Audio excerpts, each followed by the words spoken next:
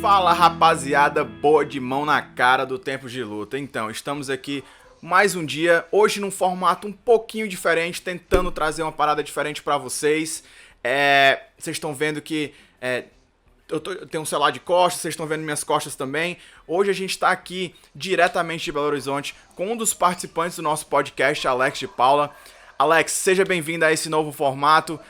Se apresenta aí pra galera, pra eles entenderem a importância de ter você aqui com a gente. Fala aí. Galera, fala, tudo bem? Para mim é um prazer imensurável fazer parte desse projeto aí. É uma forma significativa assim, de tamanho surreal. Me chamo Alex de Paula, sou mineiro aqui de Belo Horizonte, sou lutador de MMA, treinador aqui na equipe BH Rins do meu mestre Cristiano Tite. Então, junto com essa parte de treinador, então por ser uma das partes de mais idade lá da academia, eu sempre acompanho os atletas aonde quer que eles vão. Minha última viagem mais recente foi para a China, viajei para Sochi, levei o Roger para lá, fui com o Brunão, fui lutar também no ACB na Chechênia 4 vezes, e dentre essas viagens fui passando em cada país, fazendo as escalas e conhecendo cada parte, cada academia. Toda vez que a gente fazia, eu sempre procurei otimizar ao máximo o meu tempo e aproveitar para conhecer mais a cultura do esporte em cada país. E assim, achava assim, surpreendente mesmo. Então, uma curiosidade que eu acho bacana dizer é que você é um cara que é formado em engenheiro civil, né? E Sim. Colocou esse diploma na gaveta para seguir o sonho de ser lutador e treinador. Juntamente com isso, Alex, o que eu queria meio que perguntar para você que teve essa vivência fora, do outro lado do mundo, né, atravessou o oceano para ter essa experiência tanto como lutador como corner, que são duas experiências totalmente diferentes. A gente sabe que a gente que é da luta sabe que é diferente, mas conta um pouquinho pra gente, cara, desse diferencial do MMA, desse lado do mundo pro Brasil. Qual é a grande diferença? O que é que você sentiu que lá tem de melhor ou de pior em relação ao MMA aqui no Brasil? Toda a estrutura dada, por exemplo, na Rússia,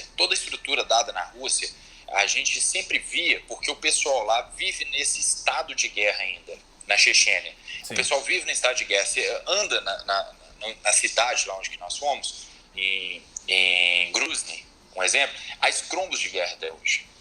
Então o pessoal lá tem outra vivência. O pessoal, por ser do Estado Islâmico, não radicalista, mas são do Estado Islâmico, eles vivem nessa tensão toda. Então o pessoal lá é da guerra. Então eles vivem disso, eles nascem nesse... E é muito valorizado isso lá. Tanto que há vários lutadores deles que eles não deixam ir para o UFC.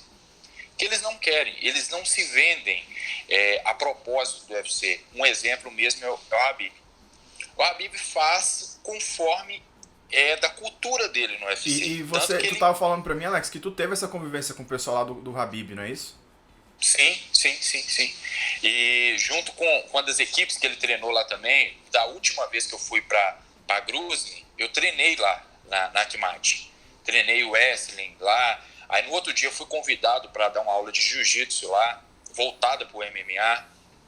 Então, assim, eu pude conhecer um pouquinho dessa cultura. E eles fazem de tudo para valorizar aquelas pessoas que querem viver do esporte. Tanto que a bolsa deles lá é muito boa, são muito boas. E para eles que vivem lá, só um exemplo pequeno, hoje nosso valor do real, cada real é igual a 17 rublos. Então, o dinheiro deles é muito pouco valorizado. Então, eles têm que pagar e trabalhar muito para poder nos pagar, para poder estar lá. Sim. Mas eles não medem esforço para levar algum brasileiro para lá, para poder viver essas coisas para ele. Então, o que eu quero falar com isso? Que nós somos valorizados lá. E no nosso próprio país, nada. Zero. E eu acho que isso pega muito no gancho, Alex, da mentalidade, né? A gente sabe que o russo ele é muito frio, né? E a gente Sim. sabe que no meio da luta, para você chegar num alto nível e chegar a ser campeão, a mentalidade é muito importante. Você ter uma mentalidade blindada e você não transferir esse nervosismo do ambiente da luta para a técnica propriamente dita dentro do octógono é muito importante. Tu acha que talvez essa seja um dos segredos dos russos hoje em dia estarem crescendo cada vez mais dentro das organizações maiores? Sim. Eu acredito piamente que sim. Que esse o segredo deles, porque todo mundo treina de tal forma, Max, que a única diferença que tá é mental. Então, assim, um um exemplo, nosso treino, às vezes, tem a mesma carga horária de treino, a mesma intensidade e às vezes a mesma técnica de treino. Porém, o que vai fazer diferenciar ou sobressair é a mentalidade na hora da luta. É o que você pensa que pode fazer. E eles são totalmente frios nisso. Eles treinam de verdade, quando eu falo treino de verdade, eles têm seriedade no treino deles, não muito diferente de alguns nossos aqui. E, para te falar a verdade, 2 dias que eu estava lá, eu senti até um treino deles até mais leve que alguns nossos aqui. Porém, a mentalidade deles, que eles vão fazer aquilo e aquilo vai dar certo, é muito maior do que a nossa. Então, assim, eles são valorizados, sim, pelo governo, pelas empresas privadas lá. Então, isso traz mais incentivo a pessoa ir treinar e fazer aquilo dar certo. É um sonho que eles têm disso lá. O engraçado é que a gente trazendo isso pro Brasil, o brasileiro é aquela pegada muito mais emoção, né? Raça. O pessoal de fora não entende muito bem o que é ter raça, né? É uma coisa que o brasileiro já traz no sangue e isso se aflora muito dentro do octógono. Quantas vezes a gente já viu brasileiros no UFC ou grandes outras plataformas de luta vencendo pela raça e não pela técnica? Porque a gente sabe que, como lutadores, quando a técnica vai embora, meu amigo, a raça é o que vai compensar. E eu vejo muito que o russo, ele é frio ao ponto de, às vezes, não ter essa raça. Ele não tem aquele clique, né? Aquele botão, não é isso? Exatamente, mas eles têm na mentalidade, o vencer para eles já não é um querer, é uma fase já. Então eles só precisam chegar até aquela fase. Já é um ponto já que eles acreditam que eles vão chegar lá. Já é uma realidade para eles. Só é questão de tempo. Para nós, não. Para o pessoal, a maioria dos brasileiros, será que eu vou vencer? Será que eu chego lá? Não, tem essa poderia dúvida, acontecer, né? Tem sempre essa dúvida. Então, para eles, não. Um exemplo disso assim, bem recente, bem próximo de mim, eu gosto muito de citar ele, o Borrachinha. Cara, o cara tem a mente blindada. Eu sou sparring dele. Já 2 camps que eu sou sparring dele. Mais do que ser amigo dele, eu sou sparring dele. Eu comparo ele muito a esses russos. Eu até falei com ele, conversei com ele a última vez, que eu comparo ele muito. Por quê? Ele tem certeza, ele tem convicção de onde quer chegar e vai chegar. E ele tem habilidade suficiente para poder chegar ali. Ele acredita no potencial dele. Então, assim, é esse ponto de acreditar. E a sua mente está blindada a tal ponto de não deixar nada nem ninguém te interferir. Um exemplo, se você quer o cinturão do UFC, ele tá falando, você não pode deixar o 10º do ranking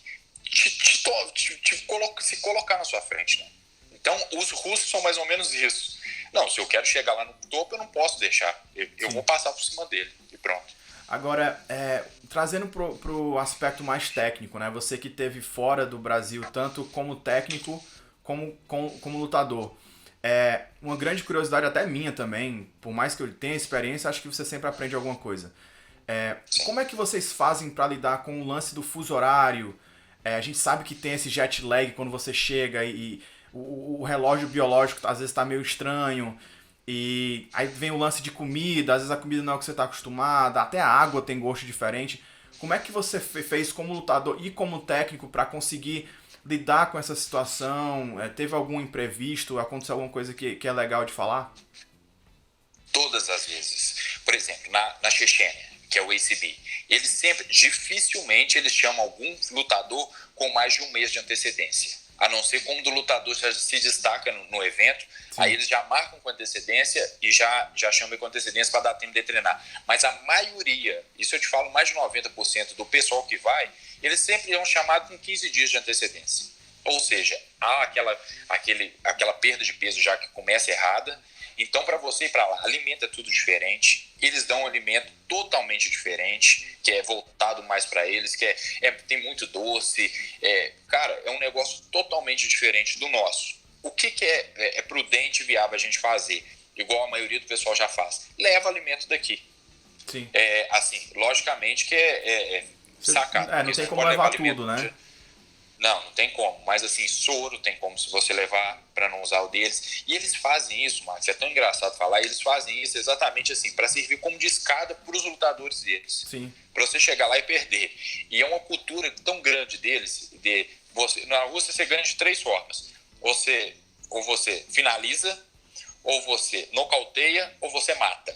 No ponto, ninguém ganha lá, não. Eu vi 2 pessoas ganhando no exemplo do ponto. Mesmo Maldonado, assim, ficou né? 3 rounds. Ou ficou 3 rounds por cima ou bateu muito.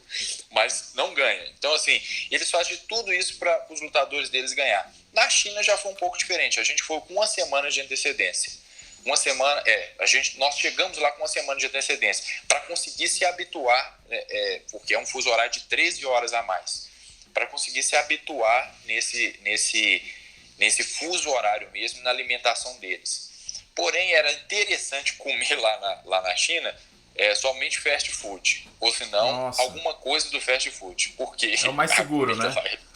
Era mais seguro, porque lá é terrível. E cada culinária, é tão engraçado falar que cada culinária, depois que a gente acabava a luta, a gente procurava conhecer o país assim ao certo.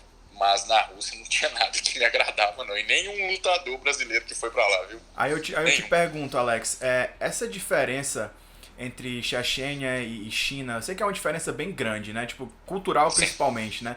A gente sabe que os chineses são bem mais bitolados, digamos, com a parte religiosa, com a parte de respeito, né? Como é que foi essa experiência na China, assim? Então a gente falou muito sobre a Rússia, só que eu tô muito curioso sobre a China. Ó, lá na China, o pessoal é totalmente voltado, não só a parte religiosa, essa parte todinha deles, mas eles é totalmente voltado para essa área que eles não exigem. A primeira menina que foi buscar nós lá era uma tradutora, que ela estudou em Macau, a parte de Macau é colonizada por portugueses, então, assim, eles falam português, mas, assim, hoje em dia é mais habituado o mandarim mesmo. Sim. Mas as faculdades lá ensinam português, então a Elisa, que foi nos buscar lá, ela falava português. E eu perguntei ela sobre essa parte religiosa. E eles falam que eles não acreditam nessa parte religiosa. Eles acreditam em ciência. Totalmente voltado para a ciência. Totalmente voltado para a ciência. Então, assim sendo, é tudo muito prático. Lá não tem uma teoria que fala que no caos você se reorganiza? Sim. A China. 1,5 bilhão de pessoas, numa extensão territorial daquele tamanho, você vê... Lá não existe. Então, eu nunca vi um país tão comunista e tão capitalista ao mesmo tempo. Engraçado, né? Então, assim, é totalmente diferente, assim, se contrapõe as ideias, assim, a todo tempo lá. Então, assim, porém, a organização deles, cara, é de forma, assim, absurda. E esse respeito que eles têm, a alegria de estar nos recebendo, é assim, tremenda, bicho. Principalmente os mais novos. Os mais antigos não faz nem questão. Eu acho muito importante essa parte do respeito da China, porque é uma coisa que falta um pouco aqui, né, no Brasil. A gente tem carência nisso. A gente consegue perceber que trazemos lutadores de fora e valorizamos às vezes mais os de fora do que os de dentro, né? E enquanto você acabou de comentar com a gente que na Chechênia ou na China, os de fora são valorizados também. O Brasil é valorizado. Eu acho que tem que ter essa contrapartida do Brasil entender que somos um celeiro de atletas, sim. Somos um celeiro de promessas, sim. A grande diferença é que essas promessas elas estão saindo do Brasil para serem valorizadas fora. Ou seja, quantos lutadores a gente passa a conhecer no Brasil quando o cara já está no UFC? Ou seja, ninguém sabe, ninguém ouviu falar do cara. Cláudio Hannibal. Ninguém tinha ouvido falar do Cláudio Hannibal na vida. O cara já estava em Londres há um tempo, apareceu no UFC, pô, brasileiro. Cláudio Hannibal. Quem é Cláudio Hannibal? É o cara maluco entra no octógono, tá finalizando, nocauteando todo mundo. Então, assim, tivemos um exemplo claro, Jackson Tortora no Future, né? Um cara que ninguém conhecia, era dono do cinturão do SBC na Sérvia, chegou, nocauteou em 14 segundos o maior nocauteador da história do Future.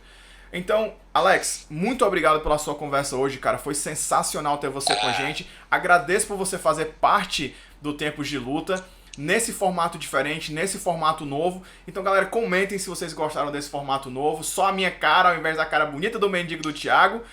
O Alex aqui com a gente. Alex, muito obrigado por estar com a gente, cara. Considerações finais? Eu que agradeço imensuramente. Olha, obrigado, Max, por ter esse projeto aí. Thiago, um profissional de tanto, a Vika, a Carlinha e todo mundo aqui da Begarrinos aqui. Muito obrigado por acreditar aí. Eu espero estar somando e multiplicando cada vez mais aí com vocês. É isso aí, Valeu rapaziada. demais. Estamos terminando mais um episódio. Rapidinho, 15 minutinhos, conversa bacana com o nosso brother Alex. Continuem com a gente, comentem se vocês gostaram desse formato novo.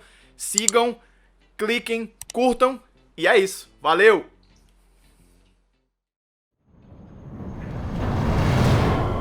Podcast Tempos de Luta.